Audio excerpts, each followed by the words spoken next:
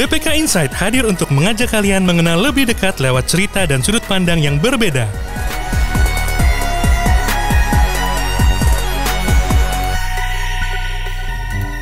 Selamat datang di BPK Insight, podcast pembelajaran BPK Kampung. Halo, selamat pagi sahabat pembelajar semua. Apa kabar hari ini? Kami selalu berharap sahabat pembelajar dalam keadaan yang sehat dan semangat untuk berkinerja.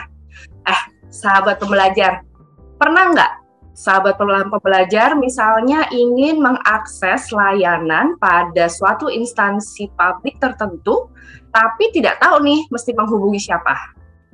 Atau mungkin sahabat pembelajar udah bisa menghubungi, tapi diresponnya lama, di telepon nggak bisa, atau mungkin di chat di WhatsApp juga nggak dibalas-balas. Udah pernah belum? Pasti bete banget kan ya, sebel banget kan ya. Untuk itu hari ini kita akan sama-sama berdiskusi mengenai bagaimana mengelola komunikasi stakeholder untuk meningkatkan kinerja suatu organisasi. Khusus buat episode kali ini, saya sebenarnya sempat survei sedikit ke beberapa satker yang ada di BPK, dan menurut saya nih, satker yang mau saya ajak ngobrol ini adalah salah satu satker yang pengelolaan komunikasi stakeholder-nya paling top ya. Responnya cepat dan variatif. Mereka punya banyak channel sehingga stakeholder atau masyarakat bisa menyampaikan apa yang ingin diketahui masyarakat kepada satker tersebut. Penasaran kan? Mana? Langsung aja deh. Hari ini kita akan ngobrol seru sama Ibu Sinta Lamria dari perwakilan Jawa Timur. Selamat pagi Ibu, apa kabar?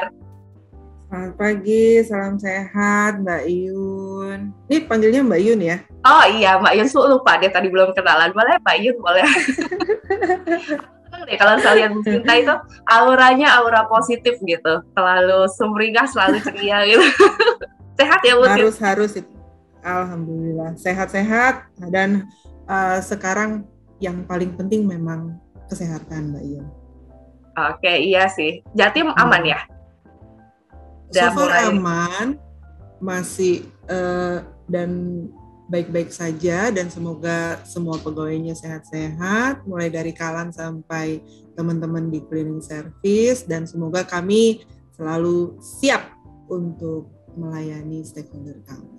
Seneng nih, langsung deh kata pembukanya, selalu siap melayani. Itu yang seharusnya dijiwai, diinternalisasikan ke seluruh ASN di Indonesia gitu ya Bu Sinta.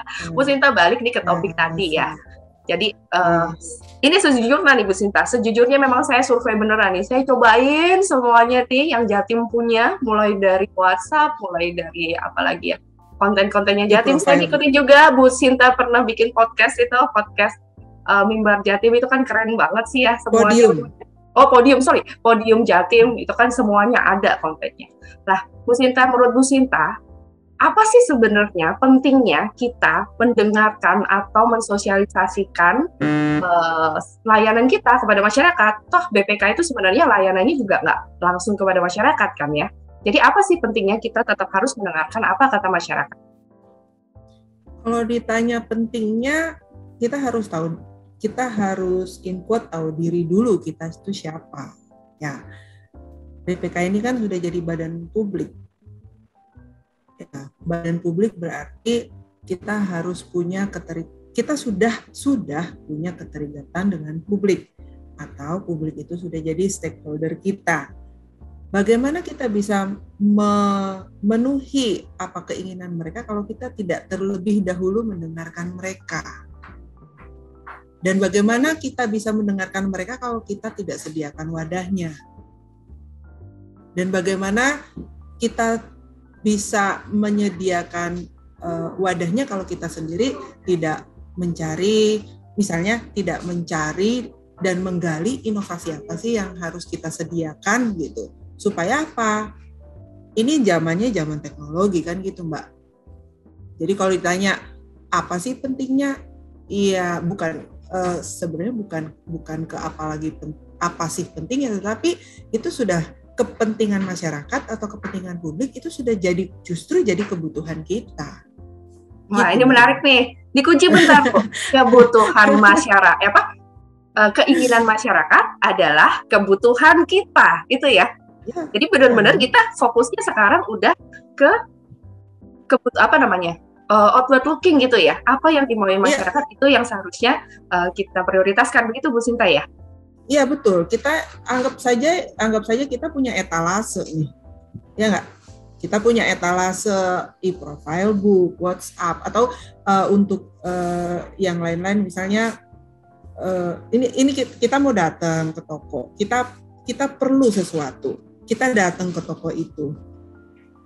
Mana lebih enak tinggal saya pengen ke toko ini, pengen milih ini gitu ya, ketimbang ini toko jual apa ya, apa aja sih yang ada di dalamnya gitu.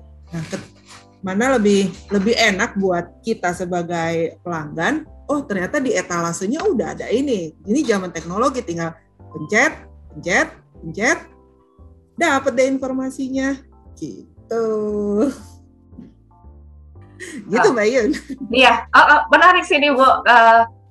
Tapi balik lagi nih Bu, sebenarnya stakeholder mana yang harus kita prioritas untuk didengar? BPK ini kan kerjanya dengan banyak orang ya, masyarakat, Pemda, legislatif.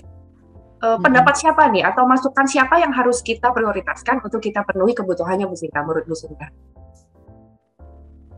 Kalau masalah prioritas, saya pikir semua punya prioritas ya Mbak. Baik kita mengeluarkan LHP yang akan dimanfaatkan oleh DPRD kalau di Provinsi Jawa Timur. Ya, tidak hanya DPRD yang memanfaatkan bagaimana nanti LHP itu mereka cermati untuk bisa menjadi dasar bagi mereka mengambil keputusan, misalnya dalam mengesahkan anggaran begitu. Nah, untuk Pemda itu kan beberapa Pemda, ini dari beberapa Pemda ya, beberapa Pemda menyampaikan ke kami bahwa LHP itu semacam rapot buat mereka, ya enggak? Saya pikir kalau kita punya biasa dikasih rapot, coba ingat-ingat, kalau kita udah dapat rapot, apa yang kita lakukan? Oh, kita bisa merencanakan ke depannya untuk melakukan perbaikan. Yang pertama perbaikan tentunya dengan tindak lanjut hasil pemeriksaan gitu ya. Yang berikutnya adalah kita bisa dari rapot itu Pemda bisa merencanakan sesuatu yang lebih baik lagi sehingga mereka tidak mengulangi kesalahan yang sama. Misalnya seperti itu, atau kekurangan yang sudah ada mereka perbaiki sehingga yang tadinya kurang tercukupi, bahkan bisa melayani masyarakat di Pemdanya dengan lebih baik lagi. Kemudian masyarakat banyak nih Mbak, ada media itu bisa menjadi partner kita dalam jadi perpanjangan tangan informasinya BPK sehingga sampai ke masyarakat dengan bahasa media yang dimengerti oleh masyarakat. Nah, kalau kita tidak memperhatikan keperluan atau kebutuhannya media, nanti mereka menyampaikan ke masyarakat itu kemungkinannya potensi untuk mereka menyampaikan dengan kata-kata yang akhirnya tidak dimengerti masyarakat jadi ada. Terus maksudnya berbeda dari yang dimaksudkan oleh BPK juga bisa begitu. Nah, terus misalnya anak-anak kuliah itu yang suka minta informasi ke BPK, itu stakeholder kita juga. Bagaimana mereka bisa mendapat pemahaman yang benar ya tentang BPK itu sendiri. Nggak tertutup kemungkinan Mbak, masih ada tuh mahasiswa yang datang ke kita Badan Pengawasan Keuangan gitu, bilangnya, loh anak mahasiswa loh masih bilang Badan Pengawasan Keuangan. Ya, ini kan sesuatu yang menyedihkan sih kalau di kami gitu. Nah, bagaimana kita mengkoreksi itu? Coba bayangkan kalau penelitian mereka itu di awalnya saja masih salah. Coba dibayangkan. Nah, itu mereka generasi muda ya, generasi muda yang kalau misalnya menerjemahkan hasil pemeriksaan BPK saja sudah salah, ya kalau cuma satu mahasiswa, kalau banyak Kalau beratus, waduh, sementara BPK itu dari Sabang sampai Merauke, ya dari Aceh sampai Jayapura gitu, dari Kalimantan Utara sampai NTT.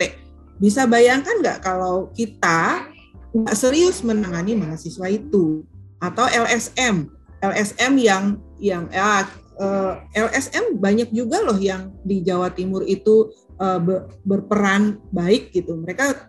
Mereka justru menjalankan peran mereka untuk koreksi pemerintah daerahnya. Bayangkan kalau BPK-nya nggak serius menangani permintaan informasi dari LSM tersebut, apa jadinya gitu ya.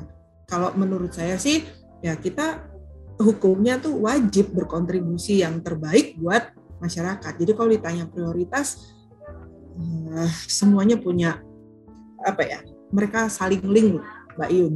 Gitu. Wow, tapi berarti emang cakupan kerjaan yang harus di-handle nih dalam rangka mengelola komunikasi ke stakeholder itu luas banget ya. Mulai dari tadi, mulai yang memang langsung gitu Pemda, legislatif sampai ke masyarakat, bahkan tadi Bu Sinta ngomongin mahasiswa gitu ya, yang sebenarnya notabene nggak langsung nyentuh ke kerjaan kita. Tapi bukannya Jatim itu bahkan sekarang malah sampai ke teman-teman SMA segala ya. Soalnya saya pernah lihat tuh status-status teman Jatim itu bikin virtual tour gitu ya. Hebat banget, maksudnya benar-benar mikirnya udah jauh ke depan gitu.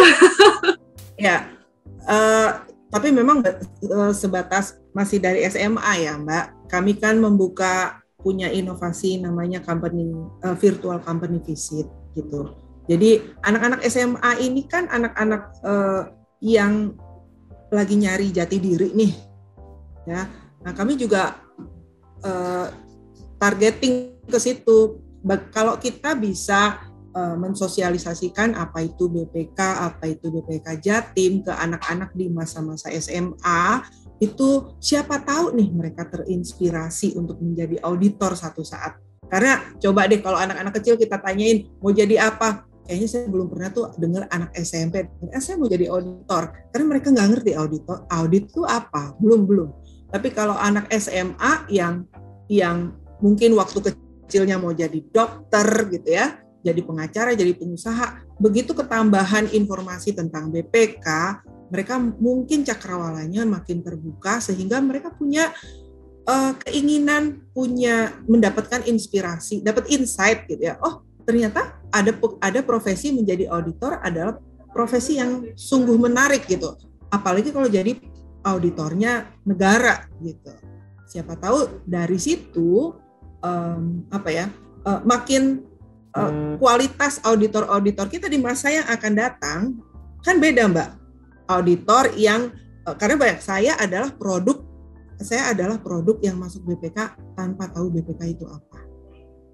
Nah, kalau dari muda, dari mereka kuliah, mereka sudah disiapkan mulai dari SMA, kuliah, mereka sudah punya cita-cita bahwa saya akan jadi auditor di BPK. Persiapan mereka tentu lebih matang dan kualitas SDM BPK tentu harusnya sih bagus gitu. Ya, setuju Bu. Berarti program tersebut, inovasi yang dilakukan Jatim tersebut, tadi apa Bu? Virtual Company Visit. Virtual Company Visit. Iya, itu saya bilang sebenarnya secara tidak langsung teman-teman di perwakilan Jatim itu ikut serta untuk membangun mindset-nya teman-teman nih dari awal, sehingga mereka punya visi misi ketika mereka misalnya memang bercita-cita masuk jadi auditor atau apa gitu, mereka sudah terbayang nih apa yang harus saya lakukan dan apa yang bisa saya sumbangsikan kepada negara gitu ya Bu Sinta ya. Tentu. Kan memang yang paling berat itu mindset itu kan ya. Tentu, karena di virtual company visit itu kita sajikan dalam bentuk video, tidak hanya sebagai narasumber gitu ya, kita sajikan dalam bentuk video BPK Jawa Timur itu mulai dari kantornya, mulai dari hasil outputnya, mulai dari bagaimana sih secara umum ya, bagaimana sih pekerjaan memeriksa itu begitu. Jadi bahwa memeriksa di BPK itu tidak melulu terkait dengan angka, sehingga tidak hanya anak akuntansi yang bisa masuk ke situ, tetapi kita juga perlu anak-anak sarjana dari sarjana sipil misalnya ya, untuk mengukur kekuatan beton dan lain sebagainya, untuk memeriksa infrastruktur begitu. Nah, dan kita kita menawarkan virtual company visit ini, yang pertama yang jelas supaya mereka lebih nyaman, kita kasih tahu ini free. Mereka sama sekali virtual lewat Zoom selesai kok gitu ya. Ini free. Kemudian mereka akan dapat edukasi gitu ya, sesuai dengan kondisi pandemi sekarang begitu. Kemudian untuk virtual company visit ini kalau kata Pak Kalan saya itu sudah dilegalisasi apa itu namanya ya, pokoknya sudah dilembagakan gitu. Jadi kita udah sampai punya instruksi kerjanya, kita sudah siapkan orang-orangnya, siapa yang jadi narasumber, kita sudah siapkan videonya, kita sudah ada video office tour-nya. Jadi orang tanpa harus secara fisik datang ke BPK Jawa Timur, mereka udah tahu, oh BPK Jawa Timur tuh punya ini, punya peralatan fitness, punya ladies parking gitu, tanpa mereka harus datang ke sini gitu, Mbak. Jadi tapi responnya teman-teman gimana? Sudah banyak yang memanfaatkan layanan ini ya Bu ya, dari teman-teman SMA. Antusiasme mereka seperti apa Bu? Antusias, kalau yang so far dari yang pengalaman saya ya, memang anak-anak SMK sih lebih antusias ya, anak-anak SMK yang akuntansi gitu ya, SMK yang lebih antusias ketimbang anak sekolah umum begitu. Ya nggak apa-apa gitu. Tapi ada satu, bahkan saya masih WA-WA-an tuh sama wah itu berarti udah niat banget nih. Ada yang berhasil dapat nomor WhatsApp saya, terus akhirnya WA-WA-an, dan kalau ada informasi yang penting tentang achievement-nya BPK Jatim, nanti saya kirim ke dia. Terus dia juga pantau lewat website gitu. Terus dia juga tanpa saya minta, kemarin yang menarik nih, kita keluarkan roadnya BPK Jatim to WBBM, kita upload di YouTube BPK Official. Nggak saya kasih tahu, dia tahu sendiri, terus dia WA, Ibu. Wah, berarti udah bener-bener gitu ya Bu ya, fans tuh, fanatik BPK Jatim gitu. Ya, saking tersentuhnya dengan acara itu gitu. Ya, padahal dia tinggalnya bukan di BPK Jawa Timur loh. Dia tinggalnya di Semarang. Oh. Iya. Luar biasa. Hal-hal kecil seperti itu ternyata kalau dikemas dengan baik itu menyentuh hati, itu benar-benar saya berpikirnya kalau saya anak muda ya itu akan menjadi suatu ya saat itu tadi mindset yang bagus gitu ya, saya mau jadi apa, cita-cita saya apa, ketika saya menjadi auditor ya aku harus benar-benar menyelamatkan uang negara sesuai yang tadi diceritakan Sinta gitu kali ya. Iya betul. Oke, kita pindah ke inovasinya Jatim yang lain. Soalnya saya tahu banyak banget. Ini tadi yang mulai dari anak SMA. Nah, kita naik dikit langsung ke kalau Mbak Yun, untuk Mbak Yun. Yang buat virtual company visit itu mereka itu nggak harus yang kirim surat lewat pos berhari-hari, enggak. Cukup email, kasih proposal, selesai. Cepat ya, birokrasinya dipotong banyak berarti ya? Ya, karena sudah penanganannya sudah seperti itu. Kita terakhir itu kemarin dengan mana ya? Unair. Terakhir sekitar 2 minggu yang lalu. Itu tuh terakhir dengan Unair. Oh ya. Mudah Mbak Yun, nggak usah. Ini berarti jangan memang dibikin ribet. Bu Sinta juga di perwakilan Jawa Timur memang sudah ada tim yang sudah selalu standby gitu, sudah jadi itu kalau ada permintaan tinggal running gitu berarti ya Bu Sinta ya, nggak harus sudah dan narasumbernya itu dari Bapak-bapak Ibu Eselon 3 yang memang dengan Pak Kalan sudah komitmen gitu, kalau ada virtual company visit ya mereka yang ditunjuk sama Pak Kalan memang sudah siap dengan materi, siap dengan membawakan pengalamannya, seperti itu. Ada masalah nggak Bu ketika berkomunikasi dengan anak-anak muda nih? Apalagi kan maksudnya mungkin kita juga generasinya beda nih ya. Tapi kalau saya tadi lihat tuh sampai mereka tersentuh, berarti ini ada training khusus nggak buat kita mendekati anak-anak muda gitu? Mendekati anak muda harus pakai hati sekarang. Aduh. Harus Gimana apa tuh, Bu? ya? Kita anggap mereka gini. Coba bayangkan satu saat mereka nanti yang duduk jadi eselon satunya BPK. Yang jadi pejabat-pejabatnya BPK. Yang jadi pimpinannya BPK, jadi anggotanya BPK. Ya enggak? Selayaknya yang sekarang bapak-bapak yang sudah menjabat itu mungkin dulu waktu remaja nggak kepikiran one day mereka akan jadi pimpinan begitu. Bayangkan kalau kita memberi pengetahuan yang benar tentang BPK itu apa ke mereka, pasti mereka lebih siap, pasti mereka lebih lebih in touch ingin membangun negeri. Sepertinya harus dan itu logis sih.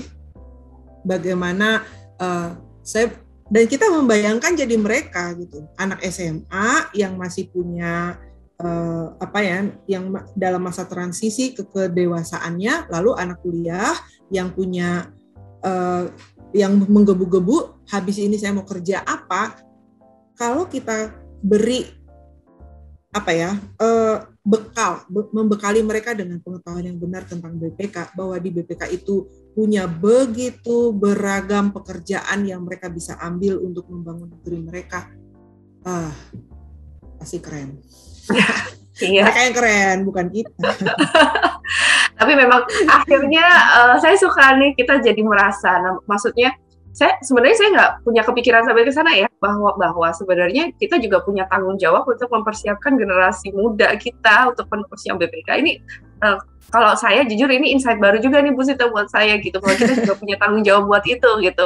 Sampai sejauh ini kita masih berpikir ya.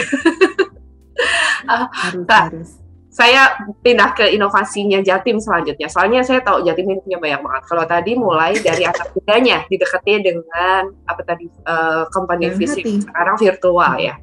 Nah, kita naik lagi. Kalau mengelola media, apa yang dilakukan oleh BPK Jatim, Bu Sinta? Wartawan maksudnya?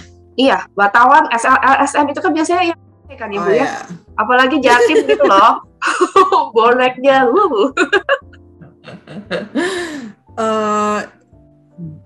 Jangan bilang mereka saudara kita. Kita harus menganggap bahwa mereka adalah bagian negeri ini ya, yang harus mendapatkan porsi perhatian yang sama besarnya dengan yang lain gitu. Kalau kita sudah menganggap bahwa keberadaan LSM dan juga media ini untuk sama-sama membangun negeri, maksudnya mindset atau perspektifnya kita berangkat dari situ, ketika kita melayani mereka juga pasti bahwa endingnya nih adalah untuk kebaikan begitu. Ya kalau masalah gaya, misalnya gaya bicara teman-teman LSM, ya kan ada yang meledak-ledak gitu ya, saya bilangnya meledak-ledak. Nah, saya juga kayak gitu sih Mbak Yun.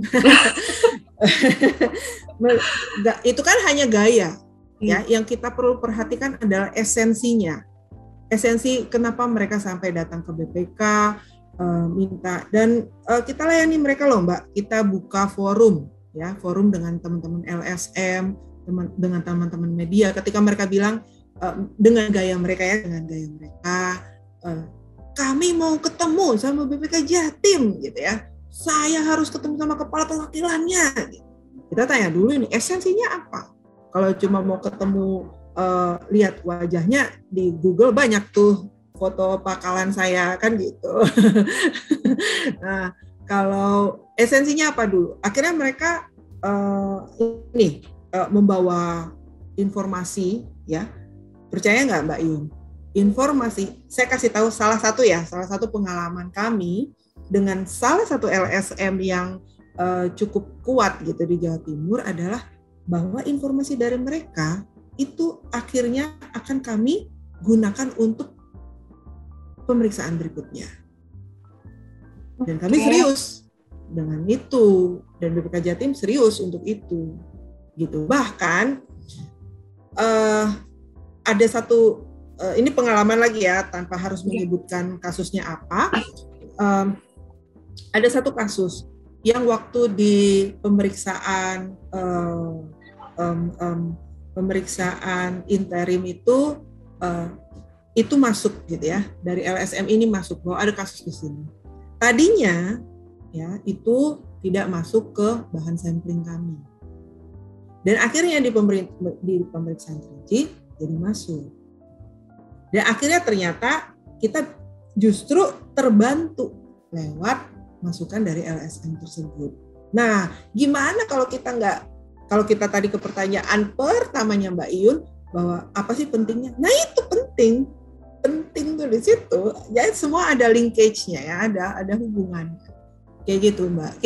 Kita siapkan forum dulu. Saya akhirnya ke inovasi yang barusan ada perubahan nih Mbak. Boleh nih. Tadinya namanya komunikasi audit. Nah, sekarang namanya karena sudah meluas ya, namanya komunikasi stakeholder. Mungkin bisa dipaparkan. Tadinya komunikasi audit tuh Mbak namanya. Jadi dulu kan harus lewat apa, kalau mau ke BPK, saya dengar nih ada teman dari Pemda, kalau mau ke BPK tuh kami takut gitu.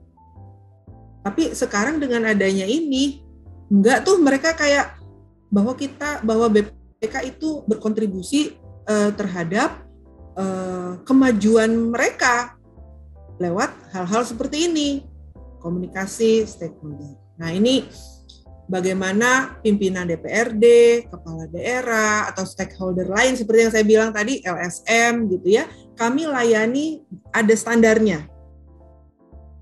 Mungkin jadi jangan karena dia DPRD kita layani lebih istimewa gitu, lebih istimewa daripada LSM. Enggak, kita harus layani bahwa mereka sama-sama stakeholder, mereka punya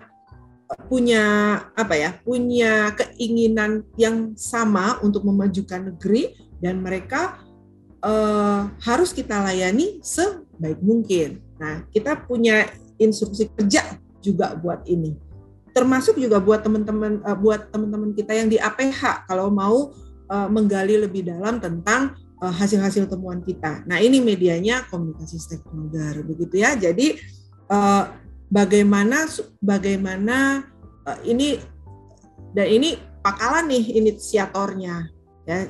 Ini saya mau kasih tahu juga Mbak Iyun, nggak bakalan jadi nih kalau Kalanya nggak gerakin.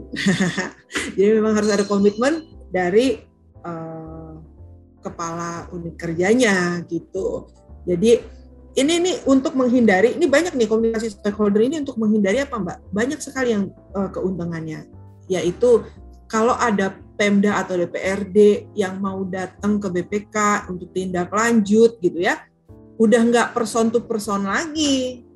Karena apa? Person to person kan kemungkinan atau potensi untuk kita kan harus tetap profesional ya kan, sesuai dengan jargonnya BPK.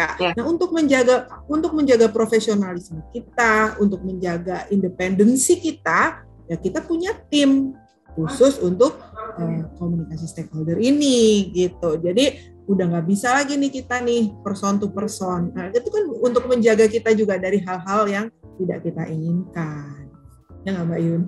Wah, ini saya beneran tertarik nih Bu, saya nggak kebayang sebenarnya bahwa cuma dari acara yang segini ini ada kaitannya juga ya dengan penegakan kode etik gitu ya, bahwa kita melembagakan kegiatan yang seperti ini sebenarnya salah satu upaya supaya teman-teman tetap terlindungi integritas, independensi dan profesionalismenya ya. Ini benar-benar saya baru tahu nih Bu. Karena ya harus. Ya. Tapi ini cara kerjanya gimana Bu? Apa keunggulannya dari komunikasi stakeholder ini dibandingkan dengan yang biasa dilakukan oleh teman-teman atau yang biasa kita lakukan gitu? Kan biasa aja ya kita mengadakan forum dengan Pemda atau apa gitu. Apa keunggulannya si komunikasi stakeholder ini Bu Sinta? Oke, keunggulannya ini tanpa ribet. Jadi Pakalan itu sudah menyebarkan ke seluruh Pemda dan juga DPRD dan juga kita announce gitu ya kalau ada LSM yang menghubungi kita atau apa gitu. Nih kontaknya tuh udah ada nomor kontak itu tuh liaison officer-nya. Lewat situ aja. Nanti dari si 2 orang ini mereka cukup hubungi salah satu aja. Saya saya punya permasalahan ini, ada di LHP ini. Saya mau ketemu bagaimana tindak lanjutnya. Udah ke situ aja. Ke dua-duanya mas-mas sih memang posisinya sekarang ya. Udah ke situ aja. Terus nanti dia tinggal lihat jadwal pakalan kapan kosong, jadwalnya DPRD yang direncanakan ketemu, ya sudah. Ayo kita siapin. Cuma memang kita arahkan untuk virtual untuk masa-masa sekarang. Tetapi kan ada hal-hal yang harus ditunjukkan secara fisik. Kita nggak apa-apa tetap sediakan, cuman memang masuk ke kantor BPK Jawa Timur itu sebelum wajib peduli lindungi, kita memang harus pastikan mereka sudah rapid antigen. Semudah itu. Jadi anti ribet. Jadi tinggal hubungin 2 LO. Jadi nomor ini memang sengaja disosialisasikan. Bentuk sosialisasinya apa Bu Sinta? Disuratin atau? Kita suratin setiap resmi gitu dari pakalan ya? Ya resmi dong. Kan maksudnya kita berani, bukan berani sih. Itu adalah cara kita untuk itu tadi, jaga kode etik, untuk kita menjaga independensi bahwa ini kita keluarkan surat secara resmi begitu. Jadi silakan saja untuk datang. Ini dalam 2 hari ini ada lagi komunikasi stakeholder. Minggu lalu ada juga. Dan semua kita dokumentasikan. Ini kan sebenarnya di satu sisi ya memang pedang ya, maksudnya kita melayani, tapi dengan kita mensosialisasikan secara masif kayak gitu, seberapa repotnya nih teman-teman Jatim itu kan entitasnya banyak banget ya Bu Sita. 30 berapa? 9. Oh 39. Hanya 39. Tapi maksudnya dengan mekanisme yang semudah itu repot nggak? Kalau kita udah memulai sesuatu yang ini kan ikhtiar kita apa ya? Kalau pakalan tuh yakin aja gitu, karena kan semua udah bisa diatur. Semua bisa diatur lah gitu. Kecuali misalnya memang mereka mintanya minggu ini, jelas-jelas pakalan misalnya ada raker, ya kita kasih tahu pakalan nggak bisa.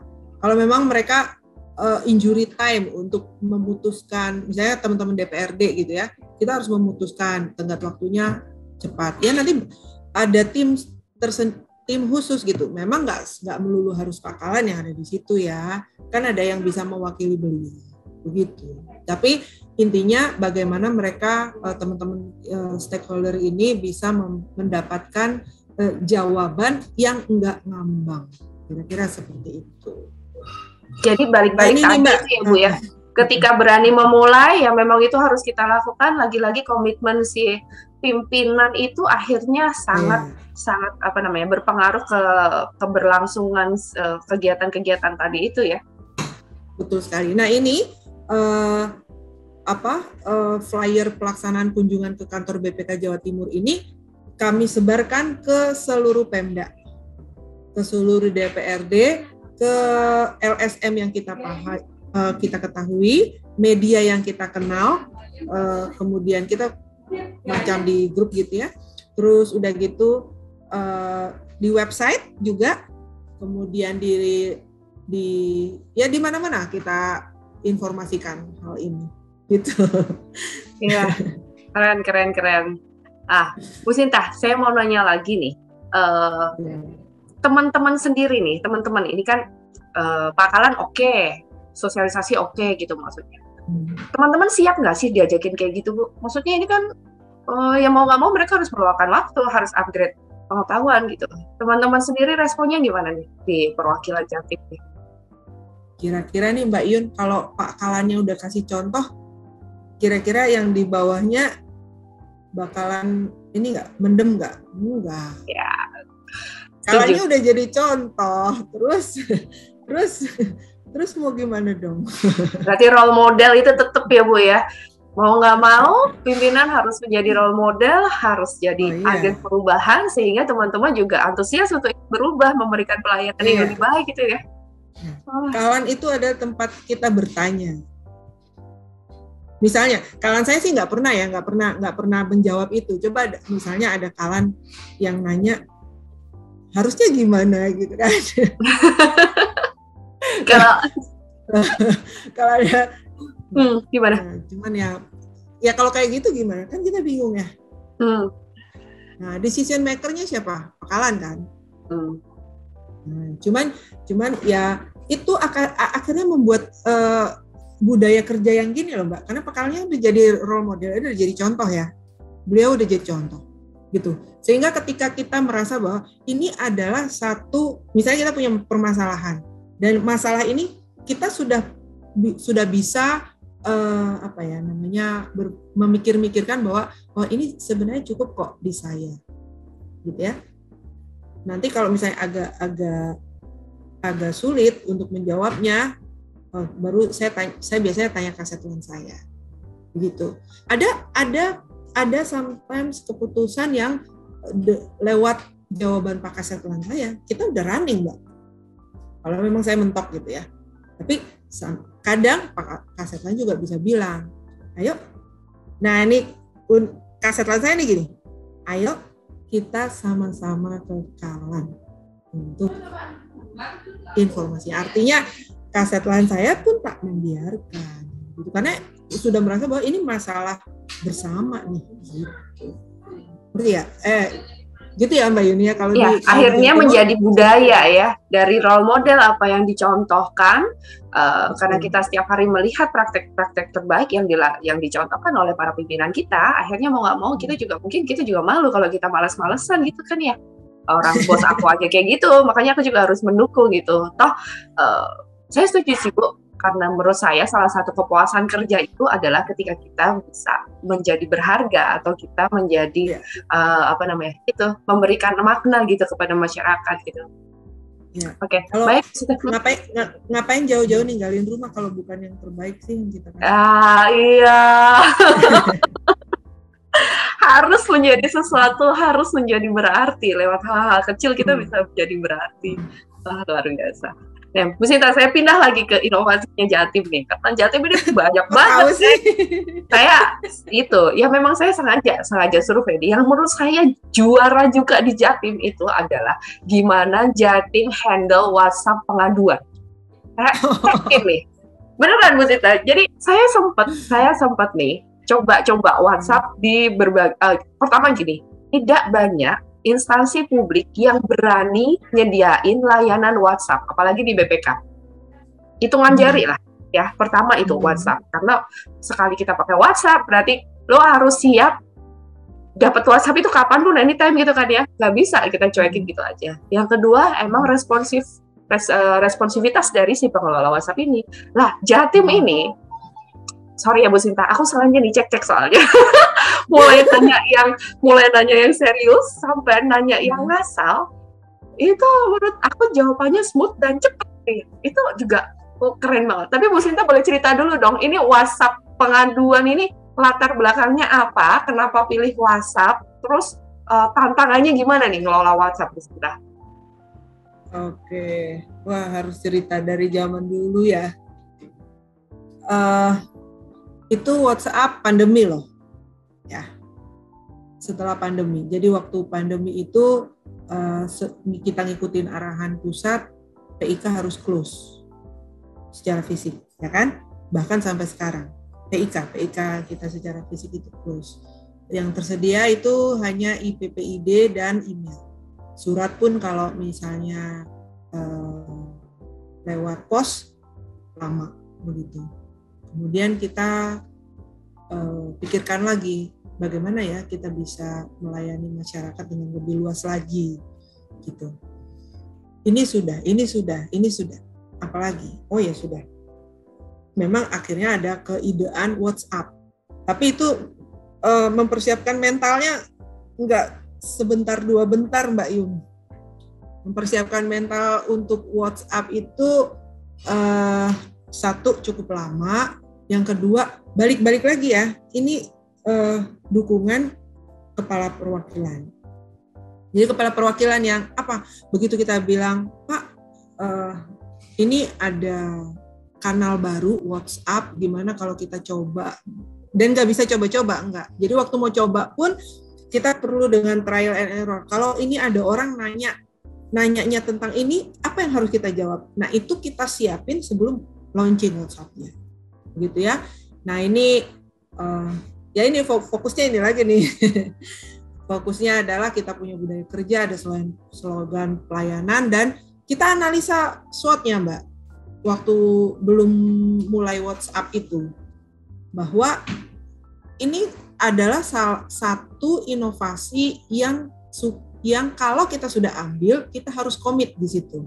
Karena kita badan publik, balik lagi kita harus dalam tanda kutip ya tahu diri bahwa ini kita badan publik, jadi kita ini macam buku yang terbuka buat publik, apapun bisa dibaca.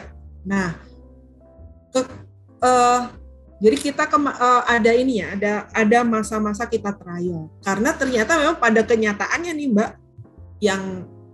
yang serius untuk menanyakan itu banyak ya. Dari itu Juni kalau nggak salah, Juni di launching,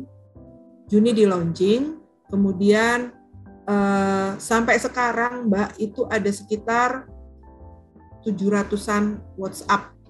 700-an yang WhatsApp, baik yang serius maupun yang main-main, baik yang serius maupun yang sekedar nanya, menawarkan kredit cicilan. Ada ya Mbak, ada. Nah ini. Nah, jadi kita harus siapkan mental, tidak hanya mental, tapi perangkatnya. Perangkatnya apa? Ada instruksi kerjanya, dan kita bikin klasifikasi untuk pesan masuk, dan bagaimana kita memproses. Kami juga ingin, bukan mendidik ya, kalau mendidik kayaknya kami guru gitu, tapi kami juga ingin mengedukasi ya, kami ingin mengedukasi masyarakat, bahwa ketika Anda mengadukan permasalahan yang terkait dengan penggunaan APBN, APBD, atau dana desa kepada BPK Jatim, kalian harus berani juga bertanggung jawab. Nah, kami mengedukasi masyarakat seperti itu. Bagaimana tanggung jawabnya? Kalian harus sertakan KTP-nya dong. Itu bukti bahwa kalian memang serius. Gitu ya. Jadi kalau mau pelayanan pengaduannya dilayani oleh BPK Jawa Timur, memang ada syarat-syaratnya Mbak, seperti harus menyertakan KTP dan foto diri yang kayak kita di marketplace gitu loh Mbak. Foto diri megang KTP. Jadi itu bukti bahwa mereka bertanggung jawab. Yang nggak tanggung jawab ngadu asal-asalan ada, banyak gitu. Kalau itu nggak ditindaklanjutin kalau yang pengaduan animos gitu Bu? Oh nggak dong. Kecuali kalau whistleblow. Oh ya, tapi dia declare whistleblow gitu ya? Ya, dia declare itu whistleblow. Kemudian kita harus mengedukasi mereka bahwa once kamu ngadu ke BPK untuk ditindaklanjuti, kamu juga harus bertanggung jawab di situ. Jadi nggak asal, begitu. Dan dari ratusan itu kita sudah memproses 18. Angkanya memang kecil, tapi ini diproses dengan sungguh-sungguh, begitu ya. Nah itu ada 603 chat yang masuk sampai Agustus, September belum dihitung Mbak. Oke, nah kemudian template jawabannya pun kami siapkan. Misalnya kalau dia nanya tentang BPK, ya kita misalnya pernah tuh dapat pertanyaan, permisi saya mau nanya nomor yang bisa dihubungi untuk BPK perwakilan XXX mana ya? Oh kita jawab kalau itu tanpa mereka harus sertakan KTP ada. Jelas yang ditanyain orang Jatim tapi nanya ke siapa gitu ya? Ya benar, kita jawab gitu. Kalau kita siapkan semua kanal yang perwakilan itu punya. Misalnya selain PPID, terus alamat humasnya kita siapin. Dan untuk pertanyaan-pertanyaan jenis itu nggak perlu sertakan KTP. begitu. Atau misalnya nanya, ada nih gitu, bisa kok dicek. Misalnya nanya, anak saya lahir tanggal sekian-sekian dan saya nggak punya waktu untuk saya belum punya waktu untuk ngurus akte kelahirannya gitu. Ini bagaimana ya gitu. Tanpa harus ngasih KTP, kita kasih tahu nomor dukcapilnya begitu. Karena kan udah lewat dari sekian lama. Ya lucu-lucu, yang nawarin kredit juga ada. Ada yang dia nggak nyertain KTP nih Mbak, nggak nyertain KTP, nggak nyertain foto, tapi banyak banget informasi yang dikirimkan, begitu ya. Ya kita kasih tahu, kami nggak bisa menindaklanjuti itu, gitu. Terus ujung-ujungnya makian nih, maki-maki nih, oh BPK mesti gini, ya sudah. Kita harus legowo. Dan kita sudah komit, semua teman-teman yang megang WhatsApp itu, teman-teman adminnya itu, yang jelas nggak boleh ada sara. Walaupun kita di mereka pakai kata-kata yang kurang menyenangkan, yang jelas kita sudah komitmen tidak akan membalas hal-hal seperti itu. Gitu. Itu yang handle berapa orang, Bu? Teman-teman yang handle WhatsApp itu? Ya 1 hari 1 orang, kan kita giliran. Piket. Jadi memang sistemnya piket. Disiapkan khusus, di training khusus bagaimana cara menjawabnya itu ada ya berarti ya? Tentu. Jadi kalau, dan itu kan ada jam-jamnya Mbak. Senin sampai Jumat dari jam 9 sampai jam 15.30. Di luar itu masih bisa WhatsApp nggak apa-apa. Nanti kita itu ada otomatis jawabannya bahwa kita kasih tahu jam kerjanya jam sekian sampai jam sekian.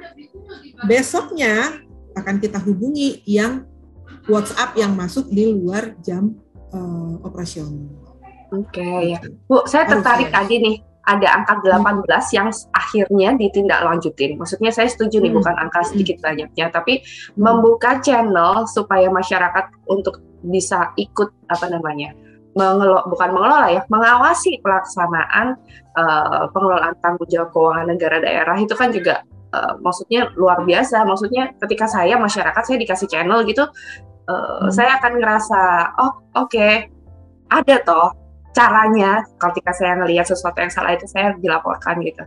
Nah itu sejauh mana teman-teman di Jatim itu menindaklanjuti pengaduan tersebut tadi yang 18 itu?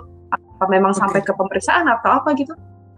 Oke, itu beragam Mbak, beragam. Jadi dinyatakan selesai karena kasus ini ya kasuistis, semua kasuistis dan kita layani per kasus.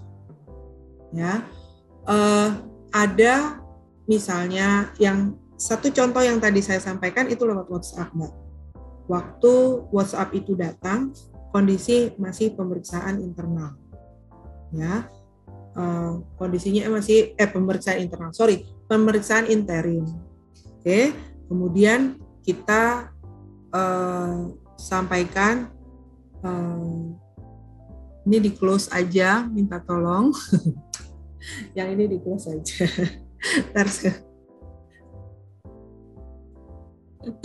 Jadi dia datang di pemeriksaan interim. Nah, sebenarnya itu nggak masuk program pemeriksaan interim tuh, gitu. Tapi karena pemeriksa punya waktu untuk ke daerah tersebut, dicek dan ternyata serius. Nah, tim pulang, pemeriksaan terinci, ditangani. Jadi kita jawabnya itu saat itu selesai dengan surat keluar pakalan yang bilang bahwa informasi Anda akan kami pertimbangkan untuk masuk ke program pemeriksaan berikutnya, which is itu di pemeriksaan terinci. Setelah terinci ada hasilnya, setelah udah jadi LHP, tentu kalau proses sebelum jadi LHP itu kan masih masih sifatnya rahasia. Begitu LHP kelar, diserahkan ke DPRD, sudah diserahkan ke DPRD, itu rekomendasinya tanpa dia tanya-tanya lagi, kita informasikan Mbak, bahwa informasi yang dari Anda setelah kita lakukan pemeriksaan hasilnya seperti ini nih gitu. Bentar Bu, wait. Berarti setiap pengaduan yang masuk pasti ada feedbacknya. Maksudnya kalau saya mengadu, saya akan diberi informasi aduan saya itu diapain, itu selalu ada ini ya. Saya bisa ngecek gitu. Saya dapat informasinya ya. Ada. Nanti kita kasih tahu bahwa kalau itu sudah dalam bentuk pengaduan yang bisa ditindaklanjuti, itu kan kita kasih nomor, Mbak. Kita kasih kode ring bahwa pengaduan Anda ini kodenya sekian-sekian gitu. Oh, itu keren banget. Karena saya bayangin gitu Bu Sita, ketika saya ngadu ya saya inginnya aduan saya diperhatikan gitu ya. Jadi kalau tadi Bu Sita bisa bilang saya bisa ngelacak, itu keren banget. Bisa. Jadi nanti ketika surat keluar kalan itu nanti ada rujukannya. Nomor pengaduan Anda yang kode ringnya nomor sekian itu sampai sekarang udah begini. Nah, bukan biasanya dianggap selesai kalau sudah ada surat keluar kalan. Ya Mbak, surat keluar kalan itu bisa misalnya bahwa aduan Anda sudah ditangani inspektorat misalnya, sehingga bisa ditanyakan langsung ke inspektorat. Kemudian atau yang lain lagi, aduan Anda kami masukkan ke program pemeriksaan selanjutnya. Kemudian atau aduan Anda ini setelah kami cek itu menggunakan APBN misalnya. Sehingga itu kan bukan wilayah pemeriksaan di Jawa Timur. Jadi itu kita bisa dan kita kasih tahu kalau itu menurut penilaian BPK Jatim itu memang perlu ditindaklanjuti ke pusat, kita kirim ke pusat Mbak. Gitu. Atau ada juga nih pengaduan yang kita kira tadinya pakai APBD, ternyata pakai CSR Mbak. Nah itu kita kasih tahu juga setelah kami periksa, setelah kami telusuri ternyata angka sekian yang Anda maksudkan itu bukan pakai anggaran APBD atau APBN, tapi pakai CSR-nya PT Anu gitu. Jadi itu bukan masuk wilayah pemeriksaan BPK. Itu. Ya, keren. Menarik nih. Ya itu tadi Bu, karena kalau orang mengadu, orang cerita ya ingin tahu cerita saya diapain gitu. Jadi jangan dengan dibalas itu minimal saya lega nih. Saya lega kalau saya mengadukan ya, saya lega, oh emang saya diperhatikan. Poin diperhatikan itu akan menimbulkan kepuasan tersendiri buat masyarakat tentunya ya. Bu Sita, saya nanya lagi nih. Endingnya itu Mbak, benar ya, endingnya kalau kita sudah selesai surat keluar kalan, itu kita minta tolong juga ke yang ngadu itu lembar evaluasi. Oh oke. Lembar evaluasi ya. Iya, kita pingin feedback mereka, apakah mereka puas dengan pelayanan kita. Terus kita juga pingin tahu berikutnya kayak gimana. Nah, semuanya ada standarnya Mbak. Seperti yang dan standar pelayanan pengaduan masyarakat ini kita sebarkan juga di mana-mana. Begitu. Supaya apa? Supaya kita bisa dapat feedbacknya gitu. Sampai ada standar layanannya segala ya Bu ya, dipublikasikan mereka apa isinya ya, datang, persyaratan, KTP, jangka waktu sampai diatur segitunya ya Bu ya. Iya. Luar biasa. Tapi kalau so far feedbacknya masyarakat gimana Bu?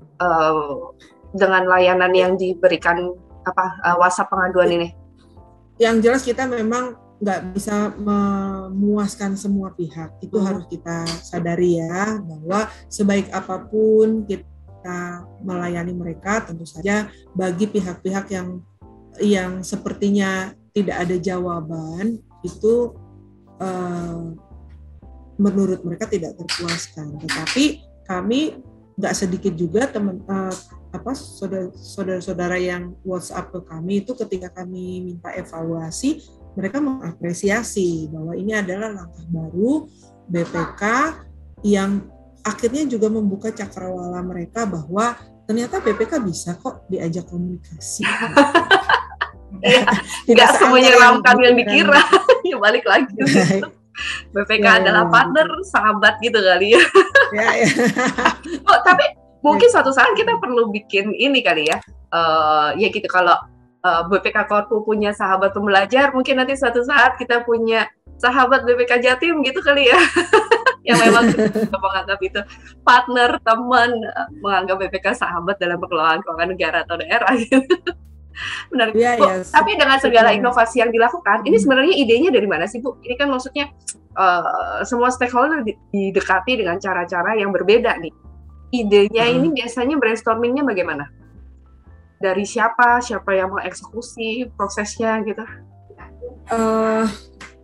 Itu balik lagi ke yang tadi tuh, yang analisa SWOT tadi ya. Jadi ya ini dia. Jadi ini harusnya ada, kita harus kuat di dalamnya dulu, Mbak. Ya, kita kuat di dalam sehingga pede di luar kan gitu. Oh iya dong. Sih. Mau nggak mau ya. Ini menarik juga nih. Kalau mau keluar kita harus kuat dulu di dalam gitu. Iya dong. Supaya apa? Ini kan fondasinya di dalam. Nah, mana ada fondasi di luar, ya kan? Yang di luar kan tampilannya itu udah citranya kita, gitu. Tapi kita membangun citra harus dalamnya juga dikuatkan, gitu. Sehingga kita punya budaya kerja ya. Budaya kerjanya itu ya BPK Jatimnya. B-nya itu kenapa dari awal saya bilang the best karena memang budaya kerjanya Jatim be the best, Mbak. Be the best. Be the best. Do the best. Terus, oke. Ya, do the best and be the best. Nah, terus dari itu kita P-nya itu disiplin. Karena emang contohnya dari Pakalan ya. Dari atas nih. Contohnya dari saya. Beliau sangat disiplin. Sehingga kita ngikutin gitu ya.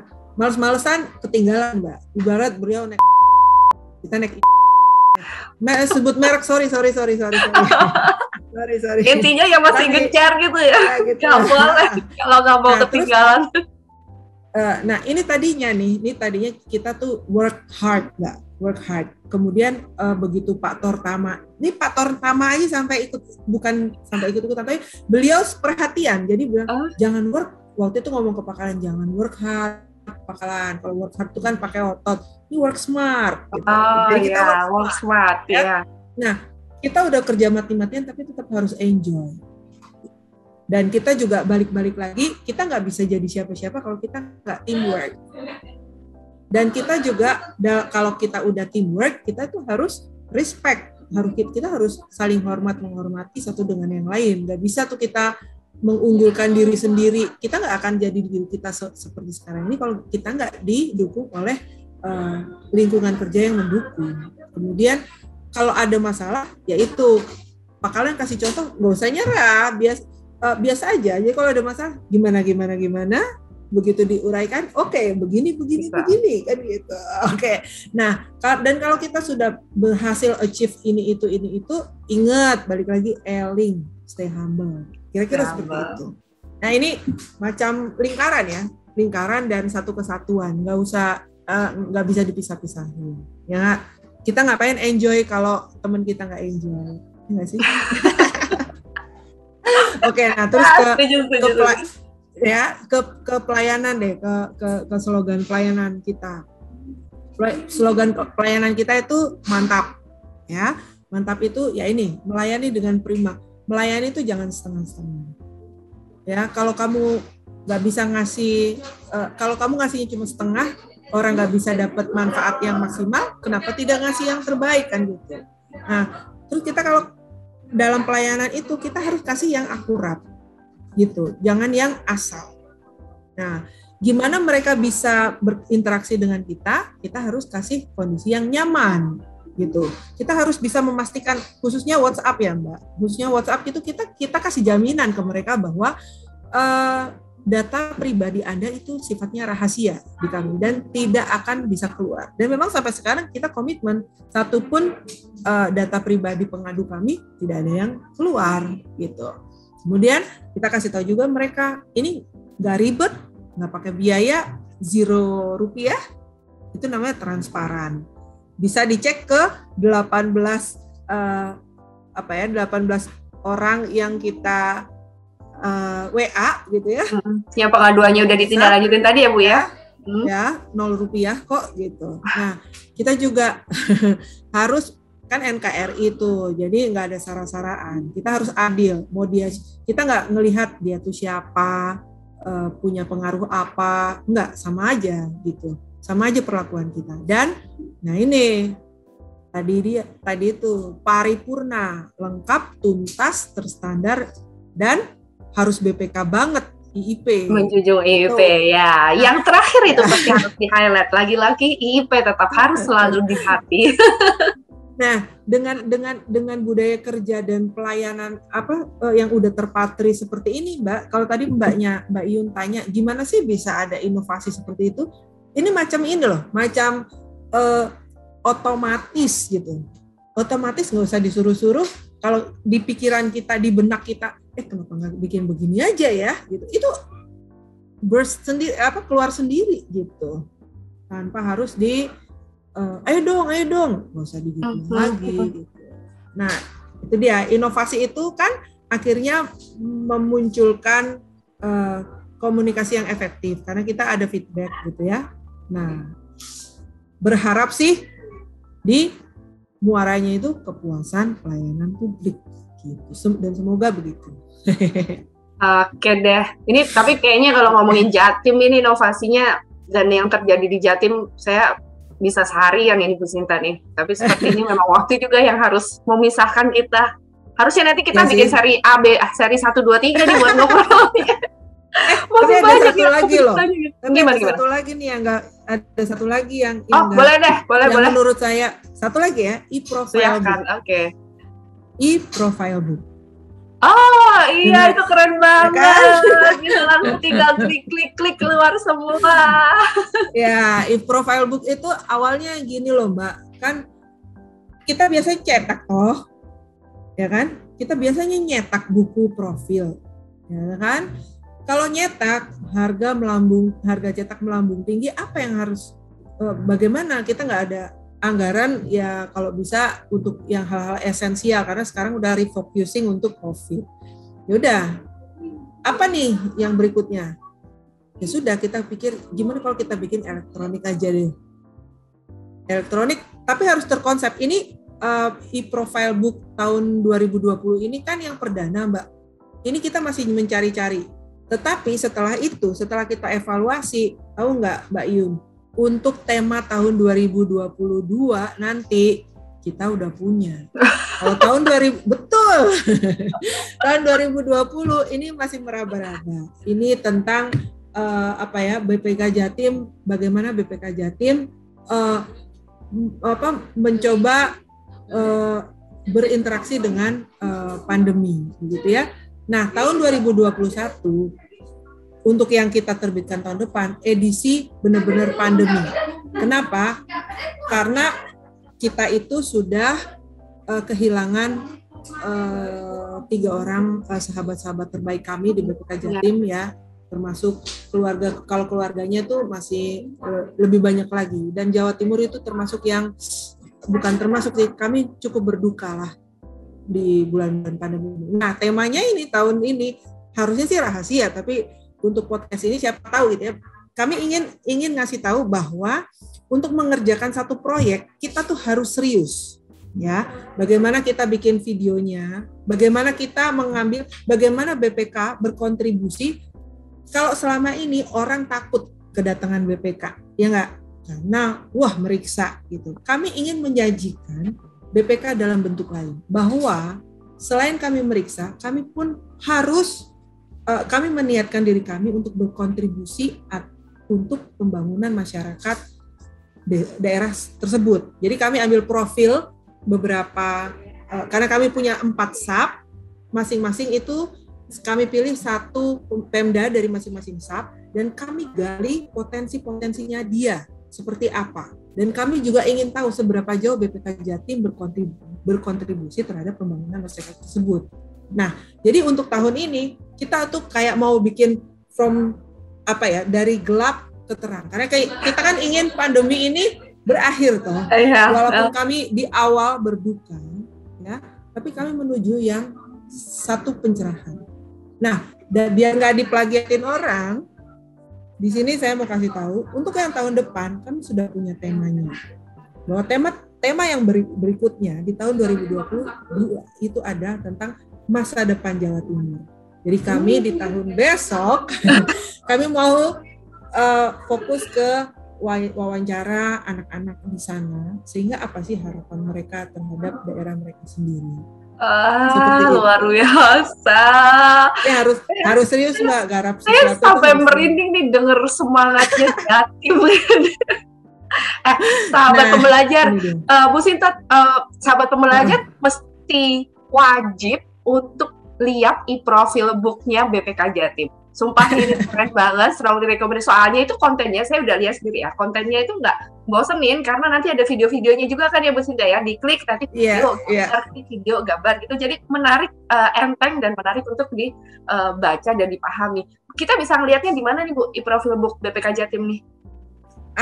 Kalau website juga ada dong. Di website juga udah kita siapin, terus kita bikin QR code, dan sampai sekarang baru 1.200 sih Mbak yang baca. Aduh, nah ini sahabat pembelajar sesama BPK wajib banget menyaksikan, membaca annual report-nya BPK Jatim. Dijamin ini akan menginspirasi. Pasti kalian langsung kita juga bikin dong kayak keren banget sih ya. Dan kaleidoskop yang selama ini juga cuma kolase-kolase begitu ya, kita hidupkan lah, jadi bentuknya juga video. Kinerja perwakilannya, profil. Ya Mbak Yun kan udah lihat ya, mungkin teman-teman yang lain silakan explore deh. Dan kami juga sangat terbuka kalau misalnya teman-teman ada masukan ke BPK Jatim, kira-kira apa ya sih yang harus diperbaiki. Nah itu tuh 1.173 kali. Sekitar 27 orang lagi yang baca, genap 1.200. Nah, daripada cetak buku, ayo. Cetak buku udah berapa tuh? Ya kan? Baik, ya. Ini luar biasa memang kalau Jatim nih, yang saya selalu surprise itu sama inovasi-inovasinya ini, nggak ada matinya emang Bu kalau Jatim ini. Ya, baik Bu, tapi sayang banget nih kita udah hampir di ujung acara kita ya. Ini baru yang eksternal kan, yang internal belum. Iya. Ya kan? Soalnya saya yakin habis ini sebenarnya saya ingin nguliknya itu dengan yang sudah dilakukan eksternal, dampaknya ke internal itu apa. Tapi kita keep ya buat hari selanjutnya. Ini pertanyaan terakhir Bu Sinta. Dengan segala upaya yang sudah dilakukan, dampaknya apa buat kinerjanya perwakilan Jatim sampai sekarang? Satu, karena kita pinginnya yang maksudnya gini, budaya kita kan udah budaya bagaimana memberi yang terbaik gitu ya. Itu sudah budaya ya, sudah budaya. Jadi malu sendiri kita kalau misalnya nih kelihatan nggak ngerjain apa-apa, itu kita malu banget. Udah jadi apa ya, malu tuh udah jadi kayak otot ya, aku nih ngerjain apa dari tadi nggak produksi, malu sendiri gitu. Itu efeknya kalau ke internal ya. Kalau di internal tuh jadi apa ya, tertrigger gitu. Habis ini apa nih? Habis ini apa? Oh dia bisa ngerjain ini. Oh kita bisa ngerjain apa? Oh ini bisa. Oh kita bisa ngerjain apa? Tuh kalau nggak ngerjain apa-apa, malu. Malu Rek. Isin. Iya. Otomatis berlomba-lomba untuk berkinerja gitu ya. Iya. Seperti itulah kira-kira. Jadi sebenarnya bukan berlomba-lomba juga. Kalau di Jatim kita lebih jadi support gitu, supportif gitu. Dia lagi kerjain proyek ini loh, aku bisa kontribusi apa gitu. Misalnya internal aja gitu ya. Subah keuangan kita kan terkenal dengan Siandranya tuh ya. Ini udah ada inovasi baru lagi nih untuk mengembangkan Siandra. Tapi kan itu internal. Sesinya nanti lagi gitu ya. Nah, saya di Humas kontribusinya apa nih? Oh iya, gitu. Ntar kalau saya kasih tahu inovasinya jadi lama lagi. Tapi itu tadi semangatnya itu bukan sekedar kompetisi, tapi lebih ke kolaborasi ya. Kolaborasi support untuk satu BPK Jatim untuk yang lebih baik gitu, nggak kompetisi. Iya. Punya apa, gue punya apa. Tapi kalau kamu punya apa dan itu bagus, ya ayo kita support sama-sama, gitu kan. Iya, dan kita di sini misalnya ya, mungkin yang terlihat ini kerjaan humas, nggak ada di Jatim tuh nggak ada yang kayak gitu. Nah, WhatsApp aja ya, WhatsApp. Waktu mau launching itu nggak ada tuh, itu kan kerjaannya humas gitu. Jadi yang subak-subak lain, nggak kayak gitu. Kalau di sini tuh malah, untuk ini saya bisa ngerjain apa ya, gitu. Mereka saling, ini saya bisa bantu apa ya, gitu. Itu Mbak Yun, segitu aja deh. Saya bisa bayangin sih, karena saya ngerasa tiap kali acara yang ada Jatimnya itu luar biasa supporternya gitu. Jadi saya memang mungkin bisa sambil membayangkan gimana iklim kolaborasi dan kompaknya teman-teman Jatim deh. Baik Bu Sinta, terima kasih banyak ngobrolnya hari ini. Saya yakin sahabat belajar juga banyak dapatkan insight, dapat inspirasi dari obrolan kita hari ini nih. Yang jelas ingin saya garis bawahi adalah dengan kita mendengarkan masyarakat, masukan masyarakat, otomatis kita akan meningkatkan kinerja satker kita, baik ke internal maupun ke eksternal. Survei kepuasan masyarakat meningkat dan kapasitas organisasi kita juga akan meningkat, gitu ya Bu Sinta. Makasih sekali lagi Bu Sinta, terima kasih juga buat teman-teman Jawa Timur, sukses selalu buat teman-teman Jawa Timur. Baik, maaf kalau ada kata-kata yang salah ya. Sama-sama. Maaf. Oke, semoga menginspirasi. Baik sahabat pembelajar, terima kasih sudah mendengarkan obrolan seru kita hari ini. Dan sekali lagi, semoga teman-teman sahabat belajar selalu sehat dan selalu terinspirasi untuk berkinerja. Nantikan episode BPK Insight selanjutnya. Salam BPK Korpu. Assalamualaikum warahmatullahi wabarakatuh. Waalaikumsalam.